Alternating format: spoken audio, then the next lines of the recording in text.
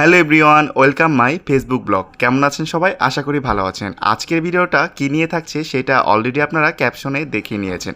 তাহলে চলেন ভিডিওটা স্কিপ না করে দেখে আসি। প্রতিদিনের মতো আজকেও আমার মা আমার পছন্দের খাবারগুলো রান্না করছে। আপনারা তো জানেনই আমি খেতে খুবই পছন্দ করি, তাই রান্নার ভিডিওগুলোই আপনাদের সাথে বেশি বেশি শেয়ার করি।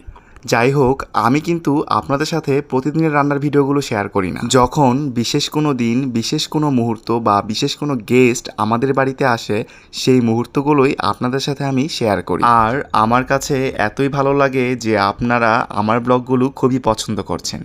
যাই হোক, এখন আসি আসল কথায়। আজকে এত রান্নাবান্না, এত আয়োজন কার জন্য? আজকে আমার শ্বশুরবাড়ি থেকে আমার শালা আমার বাড়িতে এসেছে, আর তার জন্যই আমার মা এত মজার মজার রান্নাগুলো করছে।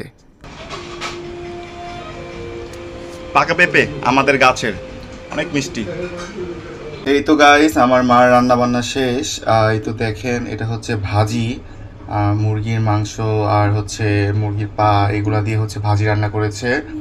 এদিকে হচ্ছে ডিমের রসা, এদিকে হচ্ছে মাখানো সালাড, আর এটা হচ্ছে আলু দিয়ে মুরগির মাংস যেটা মা রান্না করছে।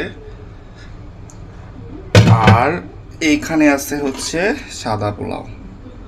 তো দেখেন কত সুন্দর হয়েছে পোলাওটা, ঝরঝরা। তো এই হচ্ছে আজকে আমাদের আয়োজন। তো গাইস, এই তো দেখেন, এটা হচ্ছে আমার শালা, মানে আমার ছোট ভাই।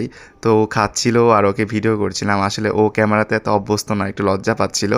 যাই হোক, আজকের ভিডিওটা এই পর্যন্তই। দেখা হবে পরবর্তী ব্লগে। ধন্যবাদ সবাইকে।